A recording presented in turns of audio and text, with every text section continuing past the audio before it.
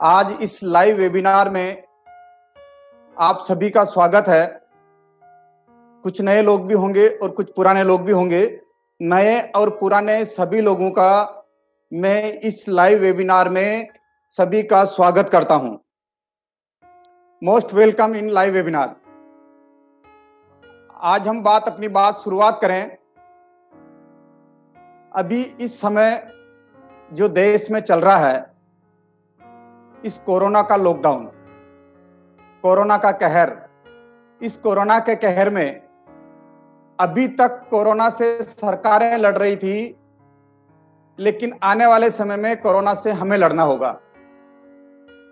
आने वाले समय में कोरोना से हमें लड़ना होगा। और पिछले कई दिनों से जो लोग घरों में बैठे हुए हैं, वो घरों में बैठे हुए लोग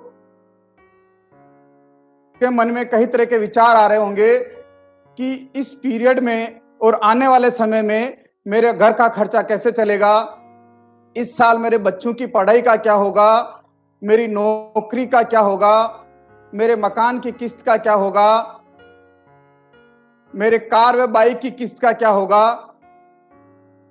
शेयर बाजार में काफी उतार चढ़ाव है उसका क्या होगा। पूरे देश में जिधर देखो उधर कोरोना की चर्चा हो रही, उसका क्या होगा। मेरे घर वाले रिश्तेदार और घर वाले वे रिश्तेदार लॉकडाउन में कहीं बाहर, आखिर क्या होगा। कहीं मैं और मेरा परिवार कहीं कोरोना की चपेट में तो नहीं आ जाए। घर में राशन का जुगाड़ कैसे करूं। देश में इतनी नौकरियां जा रही, कल आने वाले समय मेरी नौकरी का क्या होगा। देश में प्रोडक्शन ठप है, देश में चारों तरफ लोग डरे हुए हैं। आने जाने का पता नहीं आने वाला समय कैसा होगा। विगत कई दिनों से लोगों के मन में इस तरह के विचार चल रहे हैं। और ऐसे समय में मेरा क्या होगा, मेरे भविष्य का क्या होगा, मेरे बच्चों का क्या होगा, मेरे माता पिता का क्या होगा, मेरी पत्नी का क्या होगा, मेरे बचत का क्या होगा, मेरी साख का क्या होगा, मेरी बच्चों की शादी का क्या होगा, मेरा क्या होगा, मेरे विश्वास का क्या होगा। दोस्तों, ऐसे कई सैकड़ों मन में विचार चल रहे होंगे एक आम आदमी के मन में। और जब व्यक्ति घर पे रहता ना, तो अकेला आदमी मन में कई तरह के विचार चलता है, नेगेटिव थॉट उसे बहुत जल्दी जकड़ जाता है। लेकिन कहते हैं कि हर सफल आदमी भविष्य का पहले से पूर्वानुमान लगाकर उसकी तैयारी कर लेता है। जी हाँ दोस्तों, पहले से तैयारी कर लेता है। अब समय है आपका कि आप भी अपनी जीत की तैयारी कर लें। और जब हम जीत की तैयारी के लिए हम कुछ करते हैं, तो सबसे पहले हमें करना होगा चेंज, यानी कि मैंने अपने जीने के तरीकों को बदलना होगा, अपने सोचने के तरीके को बदलना होगा, हमें अपने आप में परिवर्तन करना होगा। केवल हमें अपने आप में परिवर्तन नहीं करना होगा, ये पते बनाने का ये समय है दोस्तों, अच्छी आदतें बनाने का। हमें क्या करना है कि इस पीरियड में हम अपने आप को चेक करें, क्या हम हमारे इस समय को हम वेस्ट कर रहे हैं या इन्वेस्ट कर रहे हैं। अगर आप अनजाने में इस समय को वेस्ट कर रहे हैं, तो दोस्तों मेरा ये आपसे सुझाव है, आपसे ये रिक्वेस्ट है कि आप अपने इस समय को इन्वेस्ट करें। हो सकता है कि भी अभी आप जो नई आदतें जो भी बनाएंगे, उसका तुरंत आपको रिजल्ट सामने नजर नहीं आएगा। लेकिन कहते हैं कि जब हम एक पेड़ लगाते हैं, तो पेड़ को जब पानी, खाद, बीज, सारी चीजें जब हम डालते हैं, खाद बीज डालने के बाद में 1 साल, 2 साल, 3 साल, 4 साल बाद में उस पेड़ के फल आते हैं। इसी तरीके से इन आदतों का भी रिजल्ट आपको बाद में मिलना शुरू होगा। तो हमें आदतें पे काम करें। कहीं ऐसा ना हो कि यार मेरा अड़ोसी नहीं कर रहा, मेरा पड़ोसी नहीं कर रहा, मेरे मिलने जुलने वाले ये नहीं कर रहे हैं, तो यार मैं क्यों चेंज करूं। दोस्तों, आदतों को अपने चेंज करने पे काम करो इस समय, क्योंकि कामयाबी उसी से मिलनी है। कहते हुए ना कि मैं एक छोटी सी आदतों के ऊपर एक कहानी सुनाना चाहता हूं कि एक शहर के अंदर एक नगर सेठ था। नगर सेठ के एक बच्चा था। वो बच्चा जैसे जैसे बड़ा हो रहा था, तो बुरी संगत में जा रहा था। उसकी आदतें अच्छी नहीं हो रही थी, वो बुरी संगत में जा रहा था। सेठ जब भी उस बच्चे को समझाता, तो बच्चा एक ही बात बोलता है कि पापा, ये दिन मेरे खाने, खेलने, कूदने के दिन है। जब मैं बड़ा होऊंगा, तो मैं अपने आप मेरी आदतों को मैं उसी तरह से सुधार लूंगा। अभी मेरे खेलने, खाने, कूदने के दिन हैं। सेठ लेकिन बड़ा चिंतित था। संयोग से उस शहर में एक महात्मा आते हैं। सेठ उस महात्मा जी से मिलते हैं और महात्मा जी से मिलकर उनको अपनी समस्या बताते हैं कि मेरे बच्चे में इस तरह की आदतें आ रही है, क्या करूं। महात्मा बोलते हैं कि कल बच्चे को इस जगह पे, जब तुम मॉर्निंग वॉक पे आओ, तो कल आते वक्त इस गार्डन में बच्चे को लेके आ जाना। सेठ उस बच्चे को वहां लेके जाते साथ में। वहां महात्मा पहले से ही रहते हैं। महात्मा जब उस बच्चे से मिलते हैं तो बड़े मुस्कुराते हैं। चलो महात्मा उस बच्चे को बोलते हैं, बेटा ये जो छोटा सा पेड़ है ना, इसको उखाड़ दे। बच्चा उस पेड़ को तुरंत उखाड़ लेता है। फिर थोड़ा सा आगे घूमते हुए जाते हैं, थोड़ा सा बड़ा पेड़ आता है, उसको बोलते हैं कि बच्चा इसको उखाड़ ले, वो उसको उखाड़ लेता है। लेकिन पहले जितना आसानी से उखाड़ा था, उससे थोड़ा सा उसको ताकत लगानी पड़ती उसको। फिर थोड़ा सा आगे चलते हैं, थोड़ा सा बड़ा पेड़ नजर आता है, फिर कहते हैं कि इसको उखाड़ो, तो उसको थोड़ा सा इतना बड़ा पेड़ था तो उसको दोनों हाथों से पकड़ के खूब उखाड़ने की कोशिश करता है, लेकिन वो उखड़ता नहीं। फिर भी उसने काफी मेहनत करने के बाद पसीना पसीना हो गया और वो पेड़ को उखाड़ लेता है, लेकिन उसको मेहनत ज्यादा करनी पड़ी। फिर कुछ देर थोड़े आगे चलते हैं तो एक बड़ा सा पेड़ मिलता है और उस बड़े कहा कि इस पेड़ को उखाड़ो। बच्चा उस पेड़ को खूब दम लगाता है, खूब पसीना पसीना हो जाता है, लेकिन उस पेड़ को नहीं उखाड़ पाता है। तो महात्मा उस बच्चे से पूछते हैं कि बेटा इस पेड़ को क्यों नहीं उखाड़ पाया? तो बोलता है कि इसकी जड़ें बहुत मजबूत हो गई, इसलिए मैं नहीं उखाड़ पाऊं। तो महात्मा बोलते हैं कि बेटा जिस तरह से तू आदतों को अभी जो कह रहा है कि मैं आदतों को बड़ा होकर मैं सुधार लूंगा, इसी तरीके से जब तेरी इन आदतों की जड़ें बहुत मजबूत हो जाएगी तो तू भी इसको नहीं बदल पाएगा। तो दोस्तों इस कहानी से हमारे को मोरल ये है कि हमारी पुरानी जितनी भी आदतें हैं उन आदतों को आप चेक करें और आदतों को सुधारने पे काम करें, और नई कोई भी आदत डालेंगे। कहते हैं कि आदत बनाने में 31 दिन लगते हैं, तो आप 31 दिन आदतों को बनाने पे काम। लेकिन इसके लिए करना क्या होगा साहब? हमें परिवर्तन करना होगा, अपने आप में परिवर्तन करना होगा, अपनी सोच में परिवर्तन करना होगा, हमारी थॉट में परिवर्तन करना होगा, हमारे एटीट्यूड में परिवर्तन करना होगा, हमारे काम करने के तरीके में परिवर्तन करना होगा, और हमारी एसोसिएशन संगत में परिवर्तन करना होगा। संगत कहते हैं ना साहब कि आदमी अगर 5-6 महीने तक किसी अगर शराबियों के साथ रहे तो भले वो शराब नहीं पिए, लेकिन लोग उसको शराबी समझने लग जाते हैं। अगर आदमी अगर जुआरियों के साथ रहे तो अगर भले वो जुआ नहीं खेले, लेकिन लोग उनको जुआरी समझने लग जाते हैं। तो हमें अच्छी आदतें, अच्छे लोगों का संगत करना चाहिए और अच्छी आदतें नहीं। तो संगत जो है हमें अच्छे लोगों की करें। हाँ साहब, आने वाला जो समय है कोरोना का, इस कोरोना में हमें बदलना होगा। इस कोरोना के वजह से हमें जीने का तरीका बदलना होगा। आज लॉकडाउन खुल भी जाता है, मार्केट खुल भी जाते हैं, तो हमें सोशल डिस्टेंस का ध्यान रखना होगा, मास्क लगा के निकलना होगा। तो हमें जीने का तरीका बदलना पड़ेगा, खान पान का तरीका बदलना पड़ेगा। आज जैसे पहले हम जाते मार्केट में थड़ी पे या कहीं पे भी पानी पता से बेल चाट या कुछ भी चीजें खा लेते थे, अब आप हर जगह खाने से पहले सोचोगे कहीं मैं कोरोना तो नहीं ला रहा हूं खाने से पहले। तो हमें ये जीने का तरीका, खान पान का तरीका हमें बदलना पड़ेगा। हाँ, कई रीति रिवाज बदलेंगे साहब। आज मैं पेपर में पढ़ रहा था कि ये एक महिला जो है कि ये कहाँ पे है, और वो भोपाल का बंदा जो कि उन्होंने शादी को जो कि लाइव यूट्यूब पे उन्होंने शादी करवाई साहब। कहा हम शादियों के भोज में 2000 लोगों को, 1500 लोगों को हम इनवाइट करते थे, आज यूट्यूब पे लाइव कर रहे हैं। और आप और हम भी देखिए कि लाइव बात कर रहे हैं हम ऐसे टेक्नोलॉजी के माध्यम। तो हमें ऐसे कई आने वाले समय में शादी ब्याह प्लस मौत मरगत पार्टियां, बर्थडे पार्टियां, कई तरह के रीति रिवाज बदलेंगे।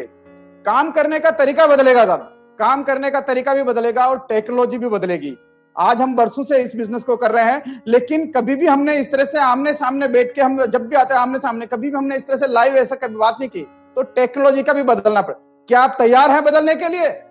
तैयार हैं? अगर तैयार है तो उसी तरीके से, जिस तरीके से एक धावक जब रेस में भाग लेता है तो दौड़ने से पहले जब तक विसल नहीं बजती, उससे पहले वो एकदम तैयार हो जाता है कि किस तरह से मेरे को दौड़ना, पोजीशन ले लेता है। जिस तरीके से एक क्रिकेट के ग्राउंड में एक फील्डर जब तक बॉल को हिट नहीं करे, उससे पहले वो कैच लपकने के लिए तैयार हो जाता है, अपनी पोजीशन ले लेता है। ठीक आप उसी तरीके से तैयार हो जाए। तैयार हैं आप? अगर आप तैयार है तो आपको इस समय कुछ न कुछ ऐसी स्किल सीखनी पड़ेगी साहब, ऐसी स्किल सीखनी पड़ेगी जिससे कि आप, मेरा एक ऐसा मानना है कि अगर आप जो भी कोई इस समय स्किल सीखें, उसमें मुख्य रूप से 4 बातों का ध्यान रखें आप।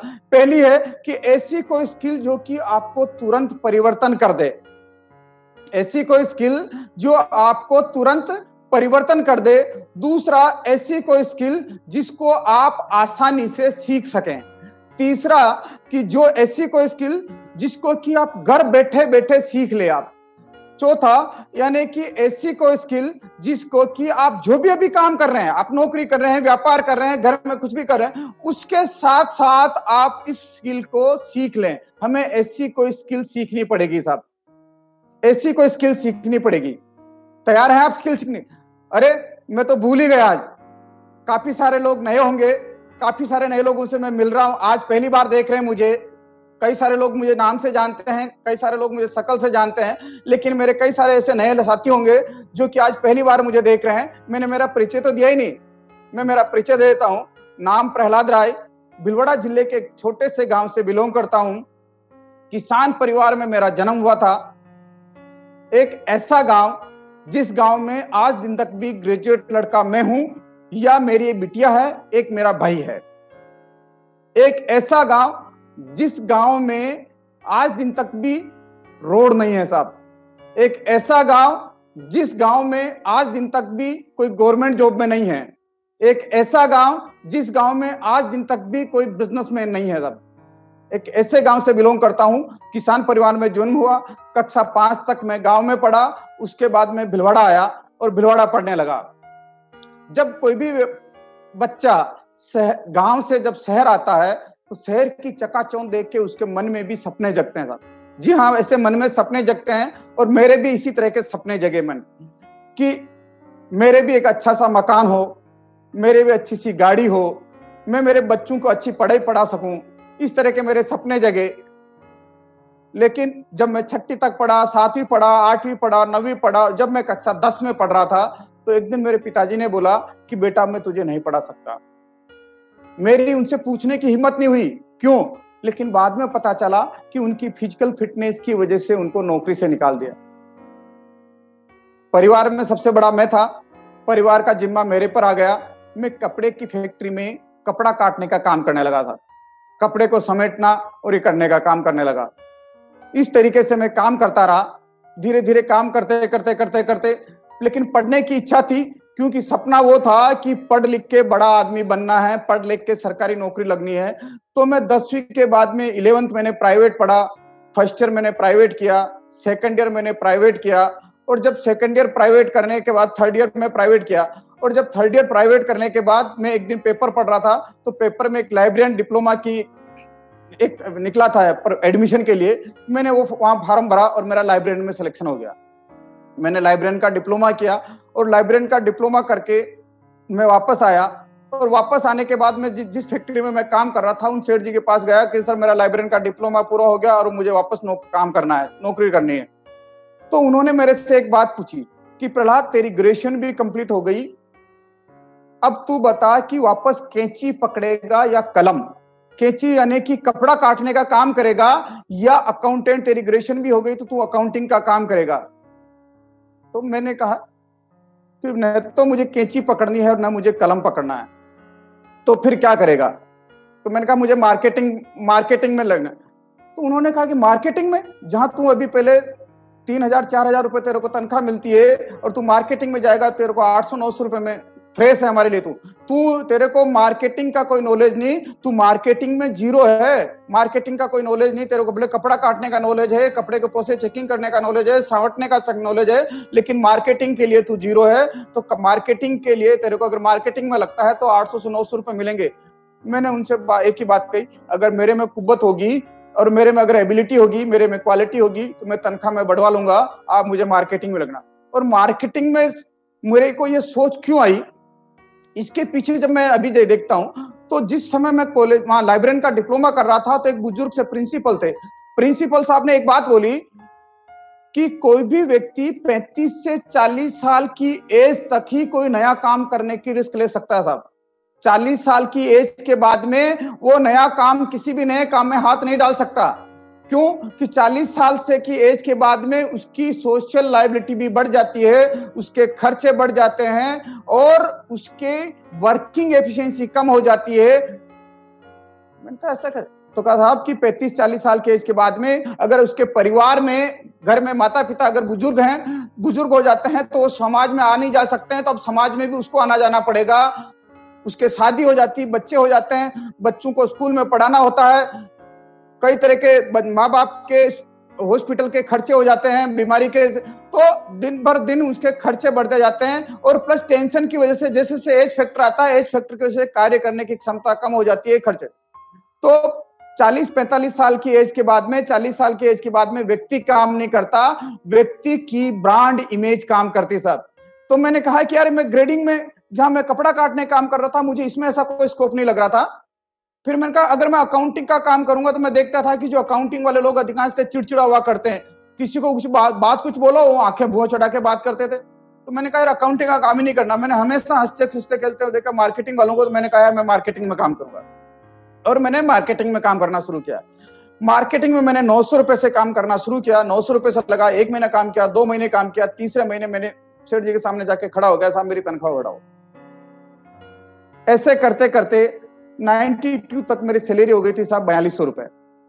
उस जिस समय 92 में 4200 रुपए हुई, उसी समय मैंने जो लाइब्रेरियन का डिप्लोमा करके आया, उससे मेरे पास एक इंटरव्यू के लिए कॉल लेटर आता था, संस्कृत विद्यापीठ जयपुर। जी हाँ साहब, संस्कृत विद्यापीठ जयपुर से कॉल आता है कि साहब आपके पास इतनी तारीख को आके, लगभग मुझे याद है कि 14 जुलाई के आस 14 जुलाई थी से 14 जुलाई को मेरा वहां 14 जुलाई 1992 को संस्कृत विद्यापीठ जयपुर में आके मेरा इंटरव्यू था। वहां इंटरव्यू के लिए अब मेरे सामने दो तरह था कि मैं सरकारी नौकरी चुनूं या जो प्राइवेट सेक्टर में मार्केटिंग में जो मैं काम कर रहा था मैं उसको चुनूं। मैंने देखा कि जो 90 के आसपास के जो थर्ड ग्रेड के टीचर मेरे कुछ मिलने वाले जो मेरे क्लासमेट थे वो लगे थे, उनकी सैलरी का पे स्केल था 6-6.5 रुपए। मैंने कहा यार 1990 में लगे 6,500 में ही लगे, अभी तक भी इनकी सैलरी 6,500। मैंने कहा मैं 91 के अंदर मैं वापस मार्केटिंग में लगा, 2 साल के अंदर मेरी 900 रुपए से 4200 रुपए सैलरी हो गई, तो स्कोप कहां है? मैंने एक एनालिसिस किया, तो मैंने एनालिसिस करके ये पाया था, और मैं शुक्रगुजार हूं उस भगवान का, उस ईश्वर का, उस खुदा का, जिन्होंने मुझे यह मति दी कि प्राइवेट सेक्टर में ही काम करने का निर्णय लिया मैंने, सरकारी नौकरी को नहीं। क्योंकि उस समय मैंने यह निर्णय देखा कि सरकारी नौकरी में जो भी आपको पैसा मिलता है, आपकी डिग्री के हिसाब से पैसा मिलता है साहब। जी हाँ, आप कितने घंटे काम करते हैं, आपने कितनी एबिलिटी है, आप कितनी मेहनत से काम करते हैं, सिर्फ आपकी डिग्री के हिसाब से पैसा मिलता है। और प्राइवेट सेक्टर में पैसा मिलता है आपकी एबिलिटी के हिसाब से। वहां डिग्री नहीं देखी जाती, आप कितने घंटे काम करते हैं, कितने एबिलिटी से काम करते हैं, कितनी जिम्मेदारी से काम करते हैं, उसके हिसाब से पहले पैसा मिलता है। तो मैंने निर्णय लिया कि मैं सरकारी नौकरी नहीं करके मैं प्राइवेट नौकरी में ही काम करूंगा, और मैंने मार्केटिंग का काम किया। मार्केटिंग में मैं हेल्पर के रूप में से लगा, धीरे धीरे करते करते उस कंपनी में मैं मार्केटिंग मैनेजर बन गया। अब मार्केटिंग मैनेजर जब उस पोस्ट पे आया तो मेरे लगा धीरे धीरे काम करता रहा, और उसी समय अगस्त 2000 में मेरे जीवन में यह आरसीएम बिजनेस आया। आरसीएम बिजनेस जिनके माध्यम से मिला, मैं एक बार चाहूंगा आपको जोरदार ताली उनके लिए, मिस्टर बीडी करवा जी के लिए। बीडी करवा जी से मेरे को यह बिजनेस मिला, और मैंने पहले महीने इस बिजनेस को ज्वाइन किया, और ज्वाइन करने के बाद जब मैंने पहले महीने कुछ काम किया, और काम करने के बाद पहले महीने मेरे की इनकम आई 546 रुपए। 546 रुपए की इनकम आई। फिर दूसरे महीने काम किया, दूसरे महीने लगभग 6,000 रुपए की इनकम आई। दूसरे महीने काम करने के बाद फिर तीसरे महीने काम किया, तीसरे महीने लगभग 12 से 13,000 रुपए की इनकम आई। जो ही मेरे 12 से 13,000 रुपए की इनकम आई, जिस कंपनी में मैं काम कर रहा था, उन सेठ जी ने बोला कि प्रहलाद या तो आरसीएम करेगा या नौकरी करेगा। अब मेरे पास निर्णय था कि आरसीएम करूं या नौकरी, लेकिन मैंने जैसा कि आपको पहले बताया था कि मेरा एक किसान परिवार से मैं बिलोंग करता हूं, मेरा जॉइंट फैमिली थी, और मेरे पास लाइबिलिटीज थी, क्योंकि पिताजी नौकरी नहीं करते थे, परिवार बड़ा था। तो मैंने निर्णय लिया कि मैं क्या करूं। इस समय मैं असमंजस की था, घर वालों से पूछा, पत्नी से पूछा, पिताजी से पूछा, तो कहा कि नौकरी, और मैंने नौकरी की। नौकरी को नहीं चुना, मैंने नौकरी करता रहा, और नौकरी करते करते जब 1 महीना, 2 महीना, 3 महीना, 5 महीना, 6 महीने तक मैंने इस तरह से नौकरी की। लेकिन संयोग से 26 जनवरी 2001 को जिस दिन उस कच्छ भुज में भूकंप आया था, उसी दिन मैंने मेरी नौकरी को रिजाइन किया किसी कारणवश। नौकरी को रिजाइन किया। अब नौकरी को रिजाइन किया तो क्या कि जो 6 महीने तक मैंने आरसीएम को किया नहीं था, तो हुआ क्या कि जिन लोगों को मैंने ज्वाइन करवाया था, उन लोगों को मैं सपोर्ट नहीं कर पाया, उन लोगों को मैं आगे कुछ हेल्प नहीं कर पाया। तो वो सारे के सारे बिजनेस जो है लोग, उन लोगों ने भी काम करना बंद किया, और मेरा बिजनेस वापस जीरो हो गया बिल्कुल। लेकिन अब मैंने कहा मैं क्या करूं, पैसा चाहिए, रोज दूध का पैसा चाहिए, सब्जी का पैसा चाहिए, मकान का किराए का पैसा चाहिए, क्या करें। तो नौकरी की सोची, तो मैंने कहा यार नौकरी कैसे, नौकरी करें तो कपड़े की फैक्ट्री में वापस उसमें मार्केटिंग में लगना नहीं था, क्योंकि उसे, तो मैंने कहा क्या करें, तो मैंने कपड़े की एजेंसी का काम शुरू किया। कपड़े के एजेंसी का काम शुरू किया, साल से 6 महीने तक मैंने कपड़े के एजेंसी का काम किया और 6 महीने में मेरी लगभग 1 करोड़ की सेल हुई और इतना बढ़िया काम चला। लेकिन बात वही, काम आपका कितना ही बढ़िया चल रहा है, लेकिन पैसा एजेंसी में, कपड़े की एजेंसी में भी पैसा जो है 1 साल 1.5 साल बाद आता है। 1 साल 1.5 साल बाद पैसा आता है, तो मैंने कहा यार क्या करें, यहाँ तो अपने को रोज पैसा चाहिए, बच्चों की स्कूल का पैसा चाहिए, स्कूल की फीस का पैसा चाहिए, मकान का किराए का पैसा चाहिए, क्या करें। फिर मैंने निर्णय लिया कि मुझे वापस नौकरी करनी है, लेकिन इस बार नौकरी ऐसी करनी है कि चाहे तनख्वाह कम मिले, लेकिन उसके साथ आरसीएम बिजनेस को पार्ट टाइम मुझे करने की परमिशन मिले। जब मैं आरसीएम नौकरी ज्वाइन कर रहा था तो कई लोगों ने मेरे को टोका कि प्रहलाद जी ये क्या कर रहे हो आप, 6 महीने में आपने 1 करोड़ की बिजनेस एजेंसी में सेल कर ली। कई ऐसे एजेंट हैं जो कि 2-2 साल, 4-4 साल, 5-5 साल से एजेंसी कर रहे हैं, लेकिन उसकी एक पूरे साल भर की 1 करोड़ की एजेंसी का सेल नहीं होता। आपने 6 महीने में एजेंसी का सेल कर लिया और दूसरा भी आप बंद करोगे तो आपका पैसा डूब जाएगा प्राइवेट सेक्टर में। तो मैंने उनसे एक ही बात कही कि मुझे इस बात का पता है कि मेरी एजेंसी बढ़िया चल रही, सब कुछ बढ़िया चल रहा, लेकिन इसमें यही बात है कि जब तक मैं काम करूंगा, जब तक कि ये पैसा, इसमें से पैसा आता रहेगा। और दूसरा बात, इसमें पैसा जो है इतना लेट आता, मुझे पैसा अभी चाहिए, क्योंकि अभी कहते हैं ना, भूखे पेट ने भजन गोपाला, पैसा तो अभी चाहिए हमारे को। तो मैंने ये निर्णय लिया और नौकरी जो क्या, और नौकरी के साथ साथ मैंने आरसीएम बिजनेस को करने का निर्णय लिया। अब निर्णय तो लिया मैंने, लेकिन मैं उसको अभी पहले मैंने नौकरी की, दूसरे महीने के संयोग ऐसा हुआ कि 2nd एनिवर्सरी जयपुर में जब बिरला ऑडिटोरियम में एनिवर्सरी हुई तो मुझे उस प्रोग्राम को देखने का मौका मिला। मैं उस प्रोग्राम में गया, सबसे पीछे में खड़ा था, सबसे पीछे में बैठा था, इतनी भीड़ थी कि मैं इधर खड़ा था। लेकिन जब मैं वहां देखता हूं स्टेज पे एक व्यक्ति आता है और एक व्यक्ति आके बोलता है कि मैं अनपढ़ हूं और आरसीएम बिजनेस से मैंने टेक्निकल के मुकाम पे पहुंचा हूं और मेरी 45,000 रुपए महीने की इनकम साहब। तब मेरे मन में झटका लगा कि एक अनपढ़ व्यक्ति 45,000 रुपए की इनकम कर सकता है, तो अपने कर। और ये प्रोग्राम था लगभग सितंबर अक्टूबर की बात है, अक्टूबर 2000 की बात है, 2002 की। और मैंने अक्टूबर 2002 के बाद में मैंने निर्णय लिया कि मुझे ये बिजनेस को पूरा करना है। अब बात कही बिजनेस को करने की, तक तो करे, क्योंकि मेरा जो सर्कल था वो गांव का सर्कल था। मैंने कहा ना, किसान परिवार, और गांव में सारे लोग धोती और साफा पहनते थे। जब मैं उनको कपड़े की किट लेके जाता था, पैंट पीस और शर्ट पीस की, वो कहते साहब मैं तो धोती पहनता हूं, ये पैंट पीस और किट पीस हमारे, हम क्या करेंगे इसका। तो मैं उनसे एक ही बात, तो मैंने कहा यार क्या करूं, जिससे बोलता तो पैंट पीस और पैंट शर्ट, इसको क्या करें। तो मैं बड़ा परेशान था। तो मैंने देखा कि मेरे साथ में जो कुछ लोग काम करते थे, उनमें से एक बंदे को मैंने ज्वाइन करवाया, और ज्वाइन करवाने के बाद में जब मैंने कहा यार उसको ज्वाइन, मैंने कहा तेरी, तू बता तेरी लिस्ट है। तो उसने कहा साहब भिलवाड़ा है, और भिलवाड़ा में तो सब पैंट पीस का ये गढ़ है, शूटिंग का गढ़ है, तो यहाँ कोई नहीं, लेकिन मेरे एक परिचित है लखनऊ में, अपन उसको शुरुआत करा। और उसने लखनऊ वाले व्यक्ति को ज्वाइन करवाया, और लखनऊ वाले व्यक्ति ने किसी एक कानपुर में एक रेलवे के ड्राइवर को उसको ज्वाइन करवाया। और मैंने जब लखनऊ वाले व्यक्ति से जब बात की कि यार का तेरी और कोई लिस्ट हो, तो उसने कहा सर मेरे यहाँ नहीं, क्योंकि मेरा पहले का जो फेस वैल्यू ठीक नहीं, क्योंकि मैंने मनी सर्कुलेशन की कई कंपनियां की, मैंने मनी मार्केटिंग में काम किया, लेकिन मेरी जान पहचान केलकटा में है साहब। तो मैंने कहा आप केलकटा जाए, वहां तैयारी करें। उन्होंने कहा था अभी केलकटा जाने की मेरी स्थिति नहीं, लेकिन अगर मैंने जिस व्यक्ति को ज्वाइन कराया वो रेलवे का ड्राइवर है, अगर वो कभी केलकटा जाएगा तो मैं उसके साथ जाऊंगा। और संयोग ऐसा हुआ कि मुकेश की उस जो रेलवे ड्राइवर था, उसकी ड्यूटी रावड़ा जाने की लगी, और उसके साथ वो बैठ के कलकत्ता गए, और कलकत्ता जाने के बाद में उन्होंने 5-7 लोगों को ज्वाइन करवाया। और ज्वाइन करवाने के बाद मैंने क्या किया कि लोगों से नीचे जो भी लोग ज्वाइन होता, उन लोगों से मैं बात करता रहा था, डेप्थ से डेप्थ, डेप्थ से डेप्थ, डेप्थ से डेप्थ, डेप्थ से डेप्थ में फॉलो करता रहा मैं, डेप्थ से डेप्थ, और डेप्थ से डेप्थ फॉलो करते करते करते लोगों से मैं फोन, क्योंकि मैं नौकरी करता था, नौकरी के साथ साथ मैं लोगों से बात करता रहता था, depth to depth, depth to depth जाता रहता। तो मेरी सबसे पहले लंबी लिस्ट नहीं थी, लेकिन मैं आपसे ये कहना चाहता हूं कि जिस तरीके से आप अपने बच्चे का संबंध किसी के साथ, किसी बच्चे का संबंध कर लेते हैं, बच्चे से जब तक संबंध नहीं करते हैं, जब तक वो आपके रिश्तेदार नहीं बनते, लेकिन बच्चे से जो संबंध हुआ, आपके बच्चे का संबंध है, वो आपके रिश्तेदार बन जाते, अब उनके रिश्तेदार भी आपके रिश्तेदार हो जाते।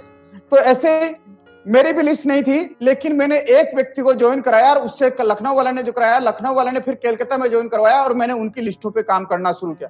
तो आप घबराना मत दोस्तों, कोई फर्क नहीं पड़ता आपकी नहीं, किसी सिर्फ एक व्यक्ति की अगर लिस्ट पे भी आप काम करना शुरू करेंगे ना, तो भी आप कामयाब हो जाएंगे।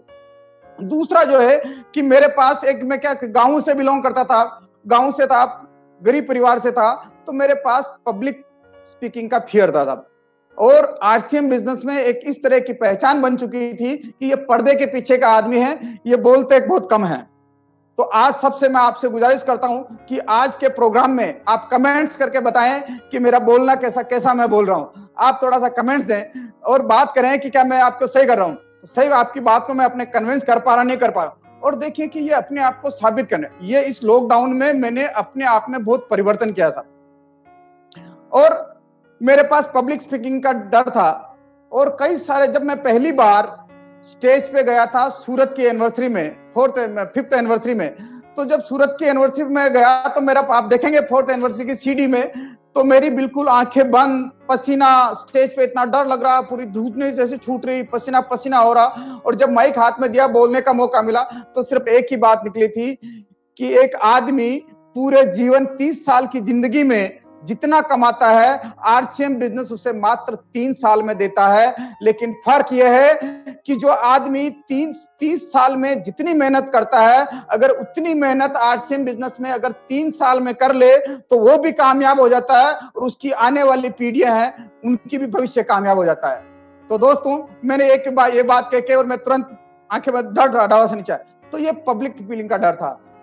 तीसरा मेरा था कि मेरे पास परिवार की लायबिलिटी थी, क्योंकि परिवार में सबसे बड़ा मैं था और मेरे पास सफिशिएंट इतना पैसा भी नहीं था क्या करें, और गरीब परिवार में था और लेक ऑफ नॉलेज था कि मेरे पास इतना नॉलेज नहीं थी। लेकिन मैंने इन सबको ओवरकम किया।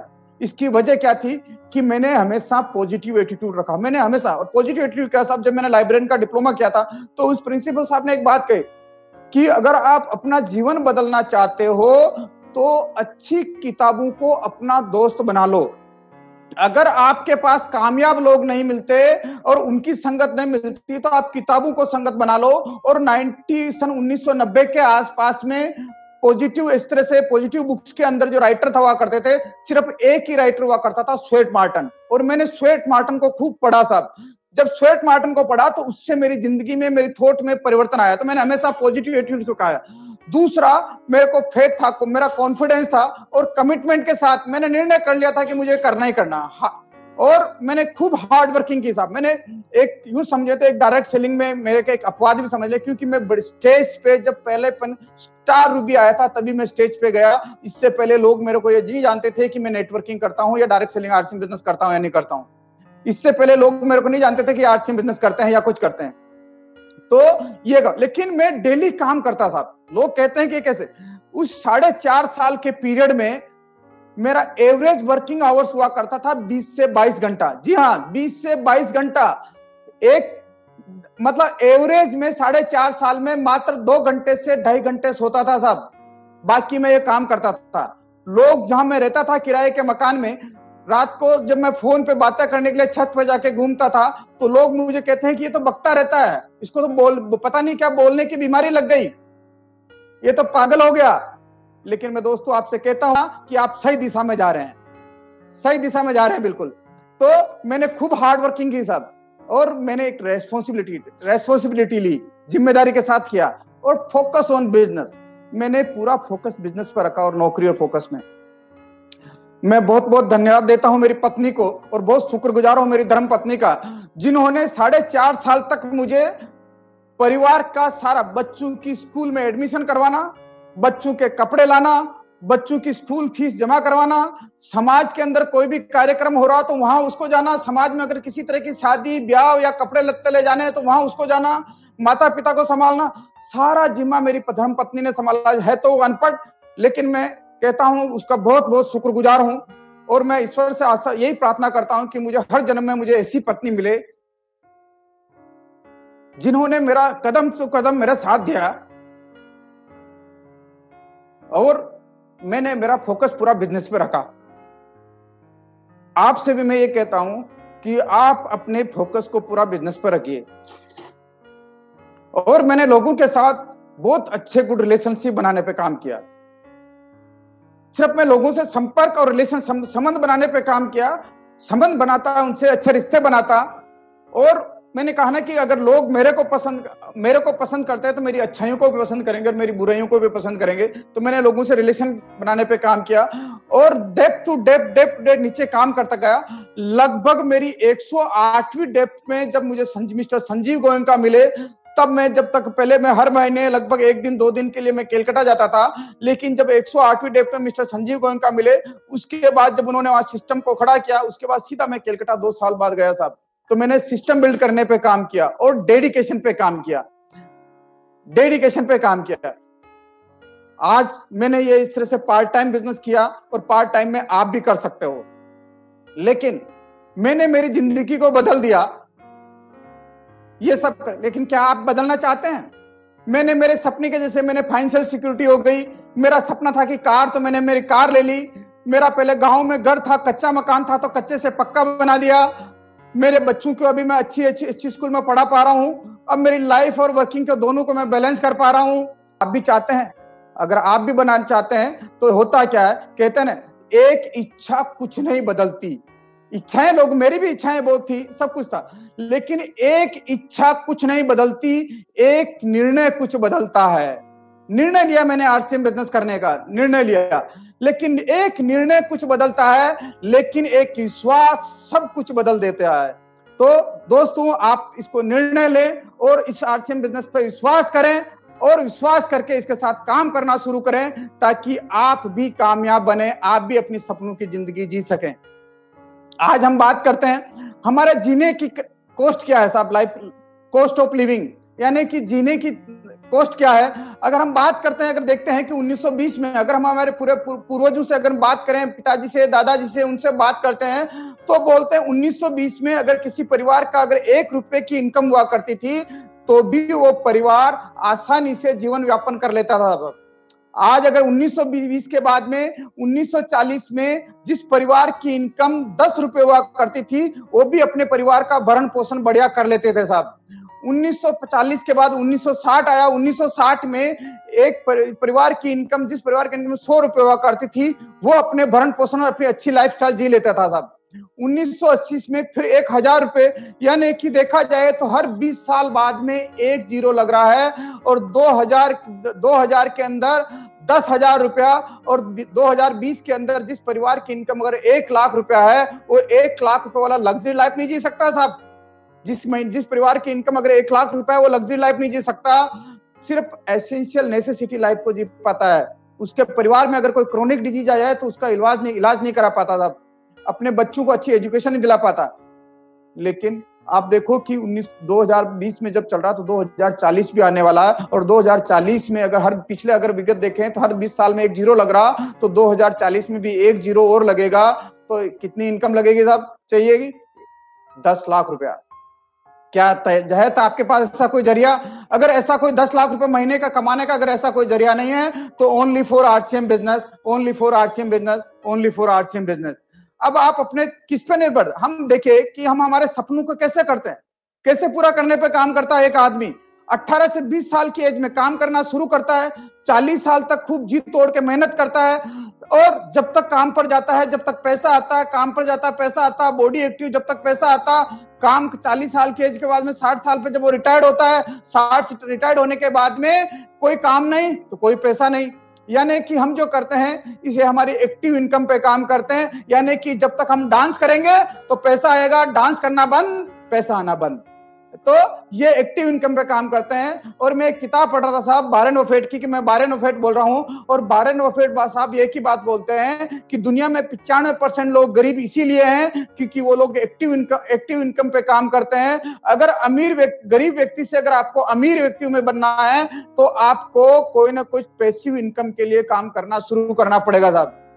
वो एक बात बोलते हैं कि एक दिन के अंदर 24 घंटे होते हैं और एक महीने में 720 घंटे होते हैं। अगर आप 8 से 10 घंटा रोज काम करते हैं तो एक महीने के 300 घंटे आप काम करते हैं, और 300 घंटे आप काम करते हैं, 720 घंटों में से 300 निकालो तो पीछे 420 घंटे बचते हैं। 420 घंटों में से आप नहाने धोने, खाने पीने, अगर इन सब में भी अगर रोज आपका 8 से 10 घंटा निकालते हैं तो 300 घंटे उसके निकल जाते हैं, तो पीछे 120 घंटे बचते हैं। और 120 घंटों में अगर आप कुछ भी काम नहीं करेंगे, उस समय को आप वेस्ट करेंगे साहब। आप टीवी देखने में, अड़ोसी पड़ोसी के साथ गप लगाने में, या कुछ न कुछ एक दूसरे की ईर्ष्या करने में, इधर की उधर बातें करने में, फलाने के ये हो गया, उसके ये हो गया, उसके घर पे ऐसा हो गया, उसका बेटा ऐसा है, उसकी बेटी ऐसी है, आप गपशप लगाने में बात करेंगे साहब। तो मैं वारेन बफेट साहब बोलते हैं कि अगर आपको अमीर बनना है तो आप जो भी काम कर रहे हैं उस काम के साथ में 1 से 2 घंटा आप अपने शेड्यूल को इस तरह से चेक करिए, जो समय आपका वेस्ट जा रहा है उस वेस्ट टाइम को आप आरसीएम में इन्वेस्ट कीजिए साहब। ठीक उसी तरीके से जिस तरीके से आप अपने बच्चे को पढ़ाने के लिए हर महीने 1000-2000 रुपया आप बैंक में बचत करते हैं, लड़की की शादी के लिए हर महीने जो भी पैसा होता है वो बचत करते हैं, जब 10 साल 15 साल बाद लड़की की शादी करनी होती है, बच्चे को पढ़ाना होता है, तो वही पैसा एक दिन बड़ा होके आता है। और जब लाख 1.5 लाख 2 लाख रुपए हो जाता है, जब शादी करनी होती है तो अड़ोसी पड़ोसी रिश्तेदारों मामा चाचा ताऊ से बोलते हैं कि मेरे पास मेरे खाते में 2 लाख रुपए है, शादी में 2.5-3 लाख रुपए लगेगा, लाख रुपए आप उधार दीजिए। क्योंकि वो जो पैसा है ना उससे आपको 1.5-2 लाख की जो आपने बचत की ना, उस बचत से आपको बल मिलता है, आपके अंदर जोश आता है। लेकिन वो 2.5 लाख रुपए की बचत एक दिन ही हुई साहब, आपका 15 साल की बचत है। इसी तरीके से मैं आपको ये कहना चाहता हूं कि अगर आप जो 2 घंटा टीवी देखने में या इधर की उधर गपशप करने में जो आप टाइम वेस्ट कर रहे हैं, उस टाइम को आप आरसीएम में इन्वेस्ट करिएगा। 1 साल 2 साल 3 साल 4 साल 5 साल 6 साल 7 साल 8 साल 9 साल 10 साल बाद में जिस तरीके से वो पैसा इतना बड़ा होकर आया, इसी तरीके से आपका जो 2-2 घंटे का जो टाइम इन्वेस्ट किया हुआ, ये आपके दिन एक दिन बड़ा होकर आएगा और आप आर्थिक आजाद हो जाएंगे। ये निर्णय आपको लेना साहब, केवल इच्छा होने से नहीं होगा, निर्णय लेना पड़ेगा और आपको विश्वास करना पड़ेगा, है ना।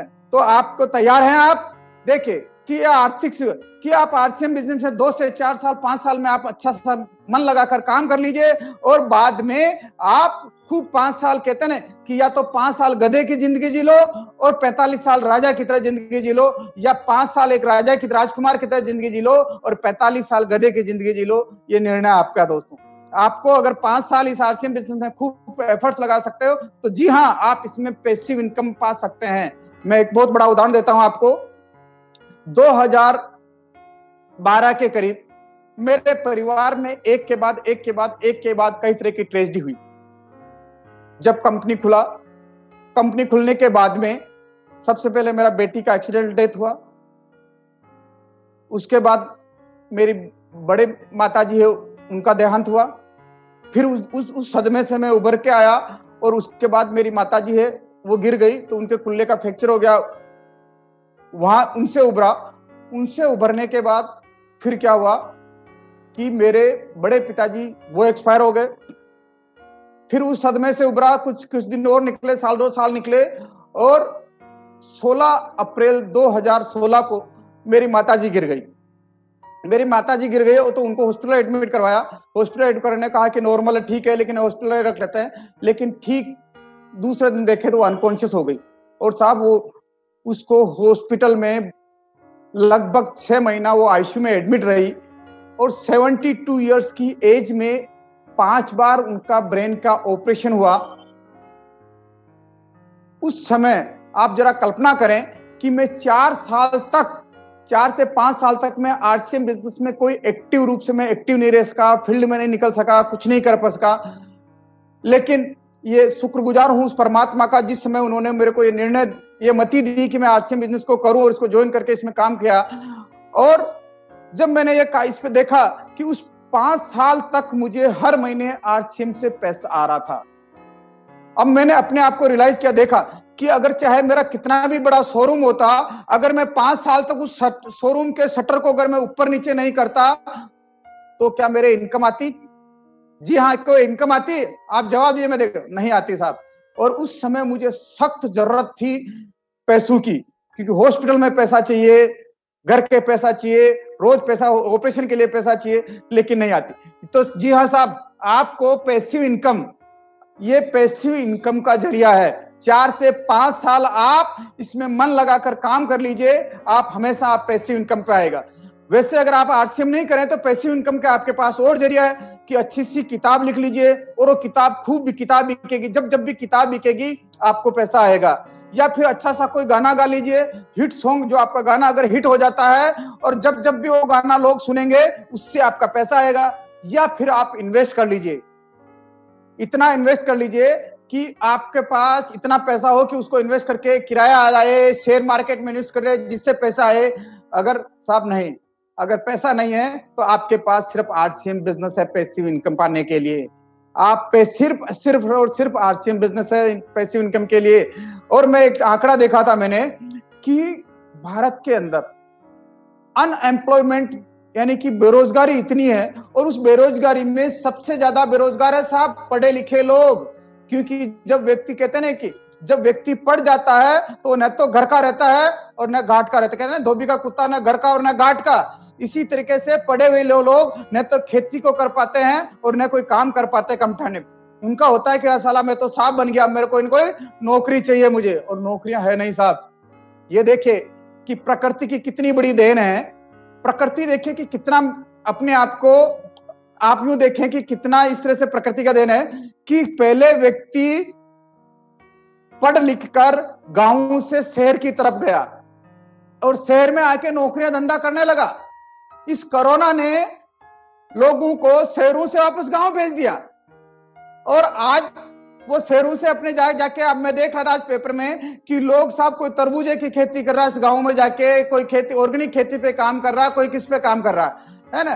तो देखिए कि आपको जो है कि अपने पास स्किल जो है कि हमें अनएम्प्लॉयमेंट है, और इस समय सबसे बढ़िया मौका है साहब। लोगों के पता नहीं, लोगों के मन में जितने बेरोजगार लोग बैठे हुए हैं, आने वाले समय में भारत के अंदर 13 से 14 करोड़ लोगों की नौकरियां जाएगी। 13 से 14 करोड़ लोगों की नौकरियां जाएगी, और वो सारे के सारे आपके बिजनेस में आएंगे। जो भी आज नए लोग हैं उन्होंने आज निर्णय लिया आने का, क्योंकि वो पॉजिटिव सोच रहे हैं। और बाकी अब इस लॉकडाउन के दौरान में लोगों के ग्रे क्लेश, लोगों को नींद नहीं आ रही, लोगों को चिंता हो रही क्या करूं क्या नहीं करूं, लेकिन आपके पास ये मौका है, क्योंकि आरसीएम बिजनेस आप करोगे तो आप हमेशा अच्छा सोचोगे, अच्छा बोलोगे, अच्छा दिखोगे आप। तो आप ये करो। और साहब देखिए कि जैसा कि अभी मुकेश जी बता रहे थे ना, वो बोतल की छेद में बहुत है, और इसी तरीके से जब पैसा आने का आपके पास सिर्फ एक ही तरीका है, जाने के आपके पास कई तरीके हैं, छेद इतने हैं तो बोतल आपकी भरती नहीं, आपका मटका भरता नहीं। तो अगर मटके को भरना है, आप कितनी भी मेहनत करें, कितना भी कुछ करें, उसके छेद इतने हैं। अगर आपको अमीर बनना है तो उसमें आवक को भी बढ़ाना पड़ेगा। तो आप निर्णय ले आज आरसीएम बिजनेस करने का, साहब निर्णय ले, है ना। अब बात करें, कुछ नए साथी भी हो गए साहब, तो मैं क्या देखिए कि कोई भी कंपनी अगर प्रोडक्ट बनाती है, ट्रेडिशनल बिजनेस में क्या होता है, कोई भी कंपनी प्रोडक्ट बनाती है, और प्रोडक्ट बनाने के बाद वो एक सीएंडएफ एजेंट नियुक्त करती है। सीएंडएफ एजेंट एक डिस्ट्रीब्यूटर को नियुक्त करता है, डिस्ट्रीब्यूटर से एक होलसेलर माल लेके जाता है, होलसेलर से एक रिटेलर लेके जाता है। लेकिन जब रिटेलर माल लेके जाता है तो रिटेलर एक बात कहता है कि कौन से प्रोडक्ट का एडवर्टाइजमेंट आ रहा, उससे ग्राहक कौन से एड को देख के कौन सा प्रोडक्ट मांग रहे हैं, वो उसी प्रोडक्ट को लेके आता है। तो रिटेलर जब लेने जाता है तो कहता है साहब एड करो, देन एडवर्टाइजमेंट आता है उस प्रोडक्ट का, एडवर्टाइजमेंट होने के बाद में वो प्रोडक्ट आपके पास पहुंचता है साहब। लेकिन आरसीएम बिजनेस क्या है, आरसीएम कंपनी से सीधा पैसा आपके पास आता सा प्रोडक्ट, जो बीच का मिडल मैन का जो पैसा है, वो मिडल मैन का पैसा आपको मिलता है। इसको अच्छी तरीके से प्लान को समझने के लिए आज आपको जिन्होंने भी, आप शुक्रगुजार करो उनका जिन्होंने कि आज आपको इस मीटिंग में देखने के लिए आपको इन्वाइट किया, और जिन्होंने आपको आज बुलाया है उनके साथ मिलके, उनके साथ बात करके, उनके साथ आप वीडियो कॉल से बात करके उनको बोलेगा साहब, पूरा प्लान समझिएगा उनसे साहब, ये कि किस तरह से इसमें पैसा आता है, या किस तरीके से मैं कंपनी से मैं सीधा जुड़ूं, बीच में मिडल मैन को मैं हटा दूं। कंपनी से सीधा जुड़ने के लिए जिन्होंने भी आज आपको इन्वाइट किया है उनसे जरूर वीडियो कॉल पे बात करिएगा, और आप उनका खूब शुक्रगुजार मानिए। परमात्मा ने आपको आज चुना है साहब इस बिजनेस के लिए। तो आप देखिए, अब देखिए कि आरसीएम बिजनेस के बेनिफिट क्या है साहब। ये आरसीएम के अंदर जीरो इन्वेस्टमेंट है साहब, जीरो इन्वेस्टमेंट, इसमें कोई इन्वेस्टमेंट नहीं है। अरे बिजनेस है और इसमें कोई इन्वेस्टमेंट नहीं है, ऐसा कभी हो सकता है क्या साहब? बिल्कुल जी हाँ, ऐसा ही है। ये जीरो इन्वेस्टमेंट का बिजनेस है साहब, जीरो इन्वेस्टमेंट, इसमें किसी तरह की कोई रिस्क नहीं। जब इन्वेस्टमेंट ही जीरो है तो रिस्क किस बात की? रिस्क नहीं है इसमें, और इसमें जीरो इन्वेस्टमेंट है, किसी तरह की कोई रिस्क नहीं है, और आप अनलिमिटेड इनकम इसमें कमा सकते हैं साहब, अनलिमिटेड इनकम कमा सकते हैं। और ये परिवार यानी कि बाकी के सारे बिजनेस में आप परिवार के साथ नहीं कर सकते हैं, लेकिन इस बिजनेस को जितना आप परिवार के साथ करेंगे उतना बिजनेस आपका दिन दूना रात चौगुना बढ़ता जाएगा। फैमिली के साथ करेंगे तो देन ये बिजनेस ट्रांसफरेबल है साहब। ट्रांसफरेबल इन द सेंस, आप देखते होंगे समाज में कई तरह की बातें सुनते होंगे कि फलाने सेठ ने बहुत बड़ा एम्पायर खड़ा किया, लेकिन उनकी डेथ होने के बाद उनका बच्चा उस बिजनेस को नहीं संभाल पाया और बिजनेस पूरा कोलैप्स हो गया, खत्म हो गया। जी हाँ साहब, क्यों कि उन्होंने जिन्होंने इस एम्पायर को खड़ा किया उनमें उस तरह का माइंडसेट था, उनमें उस तरह की स्किल थी, उसमें उन तरह का नॉलेज था। ये नॉलेज, ये स्किल, ये माइंडसेट उनकी संतान में नहीं होने की वजह से वो बिजनेस कोलैप्स हो गया साहब। लेकिन आरसीएम बिजनेस में ऐसा नहीं है साहब। आरसीएम बिजनेस में ये अगर हमारे, जैसे कि मैं बोलता हूं, अगर मेरी डेथ भी हो जाती है इसका मतलब नहीं है कि मेरा बिजनेस बंद हो जाएगा। क्यों कि मेरी डेथ हो गई, लेकिन इस तरह की हर तरह की सिस्टम जो यूनिक एजुकेशन सिस्टम है, इसकी हर शहर में मीटिंग होती है, हर शहर में सेमिनार होता है, हर शहर में ट्रेनिंग होती है। पूरे भारत में इतने सारे पिकअप सेंटर खुले हुए हैं, बहुत सारे लोग हैं, तो क्या होगा कि यहाँ सिस्टम काम करता है साहब। वो ट्रेडिशनल बिजनेस व्यक्ति प्रधान बिजनेस होता है और ये आरसीएम बिजनेस सिस्टम प्रधान है। अगर मैं नहीं रहूंगा तो भी ये सिस्टम काम करेगा। ये बिजनेस साहब ट्रांसफरेबल, अगर मेरे बच्चे में उस तरह की स्किल या उस तरह की नहीं है, धीरे धीरे सीखेगा, सब कुछ हो जाएगा, लेकिन उसका बिजनेस कोलैप्स नहीं होगा साहब, बिजनेस बढ़ता जाएगा। क्योंकि जिन लोगों ने स्किल सीखी हुई है, जिन लोगों ने काम कर रहा था, सिस्टम काम करता है साहब, तो ये बिजनेस ट्रांसफरेबल है। और इसमें ऐसा कुछ भी नहीं है कि कोई अनपढ़ है। आप कोई भी मोबाइल का बिजनेस करते हो तो सबसे पहले मोबाइल कहां से खरीदना है, किस रेट में आता है, किस में बेचना है। किराना की दुकान पर अगर किराना का सामान करते हैं तो आपको उसका नॉलेज लेना पड़ता है। आप जो भी काम करते हैं साहब, उसमें आपको उस धंधे की नॉलेज लेनी पड़ेगी। और इसमें धंधे की नॉलेज के लिए बिना अगर आप धंधा करोगे तो धंधा नहीं चलेगा साहब। लेकिन आरसीएम बिजनेस में कोई ऐसा एक्सपीरियंस की जरूरत नहीं है साहब। यहाँ आप जिस व्यक्ति के साथ ज्वाइन हो रहे हैं, यहाँ सिस्टम सिखाता है, लोग सिखाते हैं, बाकी के बिजनेस में सिखाते नहीं। तो यहाँ इसमें एक्सपीरियंस के, किसी तरह के एक्सपीरियंस की जरूरत नहीं है। और ये, जी हाँ, ये पैसिव इनकम वाला बिजनेस, जिसे कि मैंने आपको पहले बताया कि पैसिव इनकम वाला बिजनेस है। और ये पार्ट टाइम का बिजनेस साहब। मैंने भी इस बिजनेस को 4.5 साल तक पार्ट टाइम किया साहब। 4.5 साल तक पार्ट, जिस समय मैं स्टार रूबी आया उसी समय मैंने इस बिजनेस को फुल टाइम करना शुरू किया साहब। और मैंने फुल टाइम करना शुरू किया। तो ये बिजनेस को आप पार्ट टाइम कर सकते हैं। जो भी काम कर रहे हैं आप, नौकरी कर रहे हैं, धंधा कर रहे हैं, व्यापार कर रहे हैं, कुछ भी कर रहे हैं, लेकिन उसमें से 1 से 1.5 घंटा नियमित, 1 से 1.5 घंटा नियमित, जी हाँ साहब, रोजाना। ऐसा नहीं कि एक दिन किया फिर 6 दिन रुक गए फिर वापस 10 दिन बाद किया, नहीं साहब, नियमित रोज करना पड़ेगा साहब। ये उसी तरीके से, जिस तरीके से एक ट्यूबरक्लोसिस के पेशेंट को लगातार 6 महीने तक रोज टेबलेट लेना पड़ता है, इसी तरह इस बिजनेस को भी कंसिस्टेंसी, आप नियमित 1 से 1.5 घंटा। ये बिजनेस साहब आपसे टाइम नहीं मांगता, ये बिजनेस सिर्फ आपसे प्रायोरिटी मांगता साहब। आप 1 से 1.5 घंटा इसको आप नियमित करते रहे। आने वाला जो समय देखिए कि इस कोरोना की वजह से देश में बहुत आर्थिक मंदी आएगी, पूरा टूरिज्म इंडस्ट्रीज पूरी की पूरी खत्म होने वाली है, कई तरह के उसमें लॉसेज है, एविएशन इंडस्ट्रीज में काफी लॉसेज है, प्लस आप देखें रिटेल इंडस्ट्रीज में, रेस्टोरेंट इंडस्ट्रीज में, रियल एस्टेट में, शेयर मार्केट में, राइड हीलिंग इंडस्ट्रीज में, स्टॉक मार्केट में, प्रोडक्शन इंडस्ट्रीज में, ऑटोमोबाइल इंडस्ट्रीज में। आपको देखिए कि कई तरह के जो ये सारी इंडस्ट्रीज में काफी सारी मंदी आने वाली है, कई तरह के बेरोजगार लोग होंगे। लेकिन आप देखिए आरसीएम का डिस्ट्रीब्यूटर को जब आप देखेंगे अभी, तो सबके चेहरे पे मुस्कान है साहब। आप, जी हाँ, आप जितने भी लोग लाइव दे आ रहे होंगे, आपको लग रहा होगा सबके चेहरे पे मुस्कान, सबके चेहरों के ऊपर। ये है पावर है आरसीएम बिजनेस की। तो आप देखिए कि आरसीएम बिजनेस आपको एक छत के नीचे सब कुछ देता है साहब। निर्माता से उपभोक्ता का सीधा संपर्क देता साहब। इसमें विज्ञापन और वितरण की कोई नहीं है साहब। कम लागत होने, जैसे कि आपने मुकेश जी की वीडियो देखा होगा साहब, कम लागत इसमें, क्योंकि इसका मैन्युफैक्चरिंग प्रोडक्ट खुद कंपनी बनाती है साहब, तो इसकी लागत कम आती है, इसीलिए कम रेटों में इतना प्रोडक्ट, बढ़िया प्रोडक्ट दे सकता साहब। और इसमें कोई भी प्रतिस्पर्धा नहीं है साहब, इसमें कोई आपके साथ में प्रतिस्पर्धात्मक नहीं है। यानी कि आप, जब पहले मुकेश जी बता रहे थे ना कि प्रोडक्ट जो है कि जब आप मार्केट में हमारा डिस्ट्रीब्यूटर प्लान दिखाने जाता है तो ट्रेडिशनल मार्केट के प्रोडक्टों की तुलना करता है साहब, किसी डायरेक्ट सेलिंग की नहीं। यानी कि आरसीएम बिजनेस के सामने दुनिया की कोई डायरेक्ट सेलिंग ऐसी कंपटीटर में नहीं है साहब। नंबर 1 है आप साहब, नंबर 1 है। के साथ जुड़ने में का प्लान कर रहे हैं साहब, प्रतिस्पर्धा का कोई भय नहीं है, नकली माल का कोई कोई संदेह नहीं है, कोई ऐसे इसमें बिजनेस को करने के लिए कोई ऑफिस सेटअप इंफ्रास्ट्रक्चर ये ऐसा कुछ जरूरत नहीं है साहब।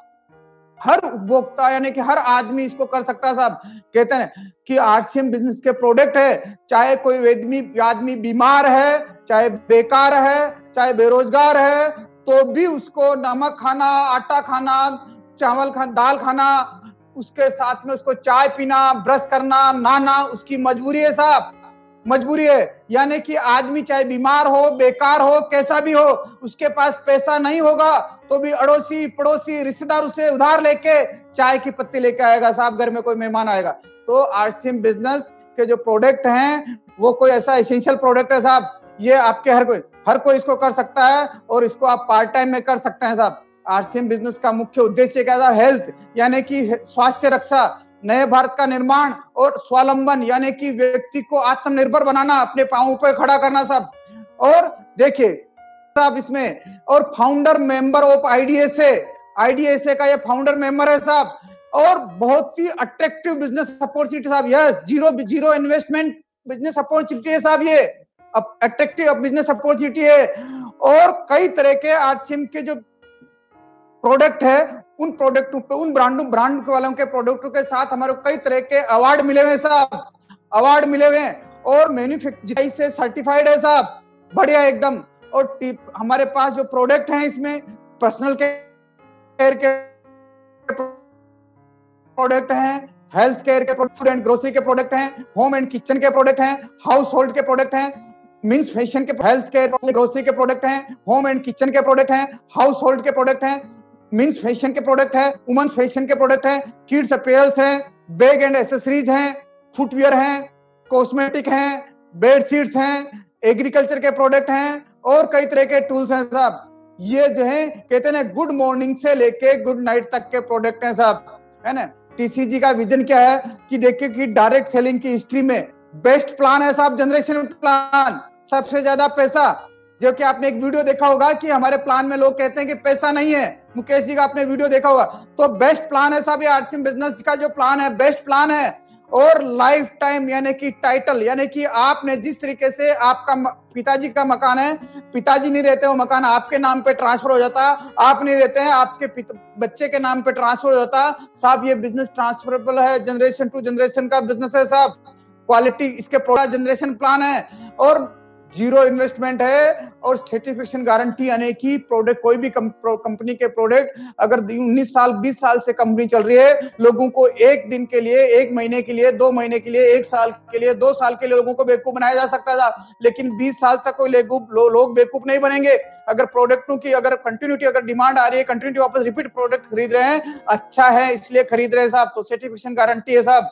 और ट्रेनिंग सिस्टम बाय यूएस, लोगों को डेवलप करने के लिए यूएस का ट्रेनिंग सिस्टम है साहब। आप किसी भी बैकग्राउंड से बिलोंग करते हो, कोई फर्क नहीं पड़ता, यूएस उसके जिम्मा लेता है। अगर आप चाहते हैं कि मुझे कामयाबी लेनी है तो आप यूएस जिम्मा लेना चाहता है। अगर आप निर्णय लेते हैं कि मुझे आरसीएम बिजनेस करना है तो सब मैं आपसे एक ही बात बोलता हूं कि अपनी दुकान खोले साहब, इस क्वारंटाइन टाइम में अपनी दुकान। हर हमारे जो प्रोडक्ट हैं लोगों को इम्यूनिटी पावर बढ़ाने के प्रोडक्ट हैं, शुद्ध प्रोडक्ट हैं साहब। अपनी दुकान खोलिए, अपनी दुकान अपने लिए और अपनों के लिए। इससे आपका क्या होगा कि आपके घर में 100% प्रोडक्ट का यूज होगा। आपके अड़ोसी पड़ोसी को बोलेगा कि ये सारे नमक चाहिए, हल्दी चाहिए, मिर्ची चाहिए, धनिया चाहिए, चाय की पत्ती चाहिए, साबुन चाहिए, सर्फ चाहिए, तो मेरे पास है, मेरे पास अवेलेबल है। इससे आपकी सेल होगी। रोज 100 250 रुपए, 100 200 रुपए भी आपके पास अगर वो रिटेल प्रॉफिट और कम आता है तो आपका रोज का साहब चाय का खर्चा निकलेगा, दूध का खर्चा निकलेगा, सब्जी का खर्चा निकलेगा साहब। क्वारंटाइन टाइम में आप अपनी दुकान खोलिए, अपने नियरेस्ट पिकअप सेंटर पे अपनी दुकान पे काम करिए साहब। डायमंड, आप जब अपनी दुकान पे काम करेंगे तो आपका डायमंड क्लब साहब ऑटोमेटिक होने लग जाएगा। और डायमंड क्लब होने लगता ना तो आप ये समझिए कि साहब दुनिया का ऐसा कोई बिजनेस नहीं है जिसमें 72% रिटर्न हो साहब। जी हाँ, 72%, मिनिमम 72% रिटर्न। आप देखिए कि अगर आप 10,000 रुपए पूंजी लगा के अगर डायमंड क्लब करते हैं, 5,000 बिजनेस वॉल्यूम करते हैं, तो एक महीने का अगर लोएस्ट से लोएस्ट आता तो 600 रुपए कमीशन आता साहब। और 600 रुपए कमीशन आता तो 72 7,200 रुपए, 10,000 का 7,200 रुपए आपको कमीशन आ रहा है। 72% रिटर्न किसी भी बिजनेस में नहीं साहब 72% रिटर्न। और उसके साथ में रिटेल और एमआरपी और डीपी का डिफरेंस है। अगर आप एमआरपी पे बेचते हैं तो वो डिफरेंस और अलग है साहब। और मैंने मिनिमम पकड़ा 10% का। इससे अगर आप और बढ़ते जाएंगे तो कितना परसेंटेज करेंगे साहब? 200% तक जाएगा, 250%, 300% तक रिटर्न पे जाएगा साहब। तो इतना बढ़िया प्लान, शानदार प्लान है साहब। और आपको देखे कि आप जिन्होंने भी आपको इन्वाइट किया उनसे पूरा परफॉर्मेंस बोनस, रॉयल्टी कैसे आती, टेक्निकल कैसे आता, सब उनसे आप समझ लिएगा कि कैसे इस बिजनेस में मेरे को इसका काम करना है। ये सारी चीजें आप उनसे समझिएगा। और मैं आपसे सिर्फ एक ही बात कहना चाहता हूं कि आपको साहब निर्णय लेना पड़ेगा, केवल इच्छा करने से नहीं होगा। और निर्णय के साथ साथ में जो भी निर्णय ले रहे हैं उस पर विश्वास करना होगा। अपने जीवन के उद्देश्य मान बनाओ साहब। अपने मिलने जुलने वाले लोगों को, रिश्तेदारों को, उनको ये बताओ साहब कि ये बिजनेस कैसे लोगों, कैसे आप बड़ी इनकम कर सकते। ये दुनिया का यूनिक सिस्टम है साहब, यूनिक बिजनेस है दुनिया का, ये दुनिया का यूनिक बिजनेस है। और लास्ट में मैं आपसे सिर्फ एक ही बात कहना चाहता हूं। देखिए कि एक शहर में दो लोग रहते थे, दो भाई रहते थे। एक भाई शराबी था, उसके परिवार में हमेशा कलह रहता था, खूब मारपीट करता था वो, समाज में उसकी कोई इज्जत नहीं थी। और उसका दूसरा भाई उसी शहर का नामी ग्रामी बिजनेसमैन था, सफल बिजनेसमैन था। लोगों ने सोचा कि समाज के लोगों ने सोचा कि आखिर पता लगाए कि दोनों एक ही पिता की संतान है, दोनों की रगों में एक ही पिता का खून दौड़ रहा है, दोनों ने एक ही माँ का दूध पिया है, दोनों ने एक ही चूल्हे की रोटियां खाई है, फिर आखिर इतना वेरिएशन क्यों है? तो वो सबसे पहले शराबी बच्चे के लड़के के पास जाते हैं, शराबी क्यों कर रहे हो? तो वो बोलता है कि मेरे पिता, जब मैं छोटा था तो मेरे पिता नशे की हालत में घर आते और घर आके वो खूब हमें मारते पीटते, घर में कलह करते और कलह के साथ साथ कलह करते। तो आप मेरे से क्या उम्मीद लगाए? मैं मेरे पिता से इंस्पायर होके जब वही ऐसा करते थे तो मैं वैसा ही कर रहा हूं। वो जब उसका जवाब सुन लेते हैं तो दूसरे के पास जाते हैं और उससे पूछते हैं कि आप इस शहर के एक सफल बिजनेसमैन हैं, अच्छे नामी ग्रामी बिजनेस मैन हैं, आपके पीछे इंस्पायर क्या है? इसके पीछे क्या कारण है?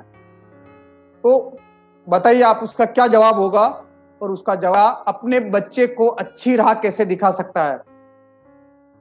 तो उसने कहा कि जब मैं छोटा था तो मेरे पिता नशे की हालत में आते, वो खूब मारते, खूब पीटते, तब मैं छोटा बेटा कोने में बैठा बैठा एक ही निर्णय लिया कि मुझे मेरे पिता जैसा नहीं बनना साहब, मुझे मेरे पिता जैसा नहीं बनना साहब।